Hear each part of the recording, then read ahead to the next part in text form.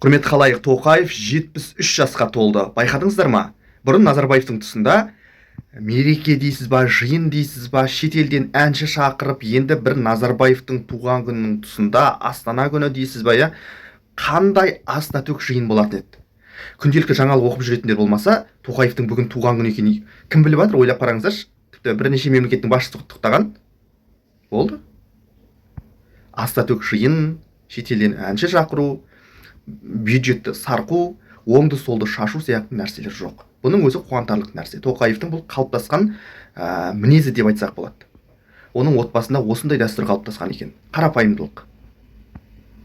Аста төк жиын, әнші шақырып, туған күн екен деп білген істеу емес. Оның қолында билік бар, оның қолында жаңағы ең болмаса шетелден әнші шақырып, не болмаса жаңағы Қазақстан көлемінде атап өтетіндей билік бар оның қолында. Бірақ олай емес, ол қарапайым.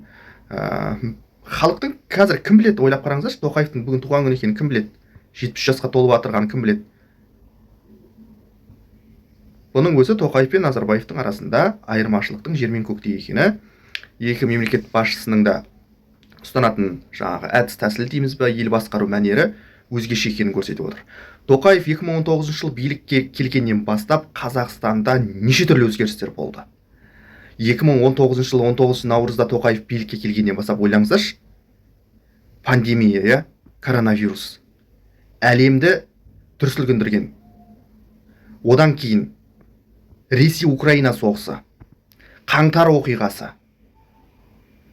биліктің жаңаруы, Назарбаевтың тұсындағы билік иелерінің орнынан кетуі, қаншамасының шетел асып кетуі, шетелге тасыған осы кезге неше жыл Назарбаевтың тұсында тасыған қаражаттың елге қайтару жобалары. Бір сөзбен айтқанда, Назарбаев тұсында жаңағы түкіргі жерге түспей тұрғандардың дәуренінің өтуі. Қазақстанда заң мен тәртіп дейтін қағида, таза Қазақстан дейміз ба, бір сөзбен айтқанда, халыққа құлақ асатын үкімет дейтін қағида пайда болды. Нәтижесінде заңға бағынатын жүйе қалыптасып келе жатыр. Енді әрине Тоқаевтың кезеңі супер керемет кезең деп сипаттауға келмейді, бірақ өзгерістердің бар екенін сіздер де мойындайтын шығарсыздар. Назарбаевтың кезеңімен салыстырғанда әлдеқайда өзгерістер бар. Кемшілік тұстары да бар, жетілдіру керек тұстары да бар, бірақ Назарбаевтың тұсында білгенін істегендер Тоқаевтың тұсында олай тайраңдай алмайтын болды. Мысалы, Тоқаев билікке келгеннен кейін қаңтарға дейін айтарлықтай үлкен бір өзгерістер бола қойған жоқ, шыны керек. Қаңтар оқиғасынан кейін Тоқаевтың билігі, әкімшілігі күшейе түсті. Және елде реформалар басталды. Терең реформалар басталды. Кейбір салаларда әйтеуір косметикалық деп айтайды ғой енді, саясаттанушы, саясаткерлер. Ондай да реформалар болып жатыр. Бірақ қалай дегенмен де Тоқаевтың қаңтар оқиғасынан кейін оның кәдімгідей үлкен өзгерістерге қадам басқанын айтуымыз керек. Назарбаев тұсында тайраңдағандар біршамасы елден кетті, қызметінен кетті, жаңа кадрлар билік басына келді, парламентте депутаттардың әлдеқайда өзгергенін байқадық, қазақ тілінің қолданыс аясының өзгергенін байқап отырмыз біршама деңгейде. Экономикалық жағдайды алып қарайтын болсақ, жалпы ішкі өнімнің Қазақстанның тіпті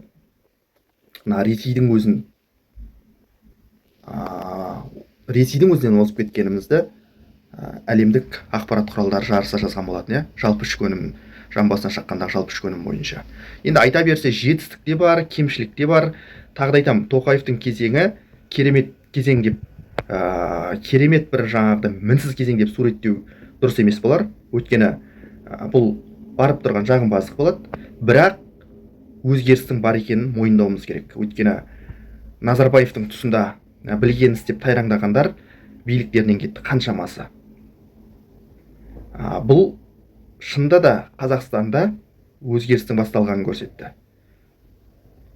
Мысалы, Нығматулин, Бауыржан Байбек сияқты, мысалы, жарқын өкілдері Назарбаев тұсындағы біршамасы кәдімгідей билікте қазір жоқ. Одан да басқа қаншама әкім, депутаттар, министрлердің қаншамасы қызметтерінен кетті. Енді қалай дегенмен де Тоқаевтың дәуірі, мен бұрында да айтқан болатынмын, Тоқаевтың дәуірі бұл ең болмаса өзгерістің алғашқы қадамы деп айтсақ болады. Бұны керемет бір алтын ғасыр деп айтуға болмайтын шығар, өйткені Ерлан Кариннің жақында айтқан сөзін білесіздер ғой, қазақтың прайм дәуірі басталғанына кәміл сенімдімін деді, Ерлан Карин осыған ұқсас сөз айтты. Прайм дәуір дегенде енді алтын дәуір деп айта берейікші өзіміздің тілмен айтқанда. Мен алтын дәуір деп қатты бір мақтауға келеді деп ойламаймын, бірақ қалай дегенмен де қазақтың кәдімгідей өзгеріске бет бұрғанын байқап отырмыз. Қазақстанда шынымен де өзгерістер басталды. Кейбір саясаттанушылар бұны косметикалық өзгеріс дейді, яғни сылап сипап қою, мәселенің түп тамырына бармай тек бетін ғана әрлеп қою дейді.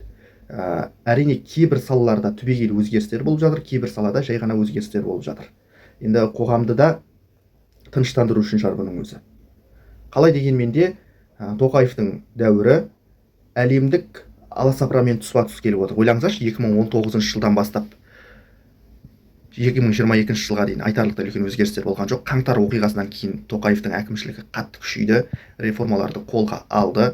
Қаңтар оқиғасынан кейін Назарбаевтың тамыр таныстары дейсіз ба, жақындарының біршамасы биліктен кетті.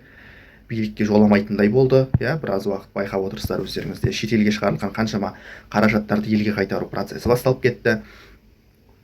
Бұл Тоқаевтың билігімен келіспейтіндер биліктен кетті. Шетелден асып кеткендер де қаншама. Ал бұл бір сөзбен айтқанда өзгерістің енді ғана басталғанын көрсетеді. Бұны енді ғана бастамасы деп айтсақ болатын шығар. Тоқаевтан кейінгі президент міне мәселе сол. Тоқаев соған тиімді жағдай жасап беру керек. Түркі елдерімен байланыс орнату өте жақсы деңгейге шығып жатырмыз. Қазіргі кезде түркі елдерімен, Түркиямен, Өзбекстанмен, Қырғызстанмен тфа-тфа деп айтып қояйықшы, өте керемет байланыстарымыз жақсарып келе жатыр түркі елдерімен. Бұның өзі әлемдік аласапыран кезеңде, мысалы Ресей мен Украинаның арасында қырғын соғыс болып жатыр, Америка мен Израиль Иранның арасындағы қаншама шайқастар, Америка мен Қытайдың арасындағы сауда соғыстары. Осының арасында Тоқаевқа қиыннан сөз, қиядан жол табу керек деген үлкен бір дипломатиялық шеберлігі қажет ететін нәрсе бұл. Тоқаевтың дәуірі, тағы да айтамын, керемет мінсіз дәуір емес, бірақ Назарбаевтың тұсында жасалған қаншама былықтарды реттеумен өтетін сияқты. Енді қазіргі кезде Тоқаев 73-ке толып жатыр екен. Енді 2029 жылға дейін билікке отыратын болса, 2029-дан кейін қазақтың үшінші президенті кім болады? Міне мәселе осында. Және ол президент қандай бағытты ұстанады? Ресейдің ықпалында кетіп қалмай ма? Не болмаса Қытайдың ықпалында кетіп қалмай ма? Не болмаса балансты ұстап, геосаясатты түсініп, қазақтың мүддесін бірінші орынға қоя отырып, елдің мүддесін бірінші орынға қоя отырып, қазақтың ғажайып ғасырын жасай ма, яғни прайм дәуірін жасай ма? Мәселе сода. Тоқаев соған жағдай жасап беру керек сияқты меніңше.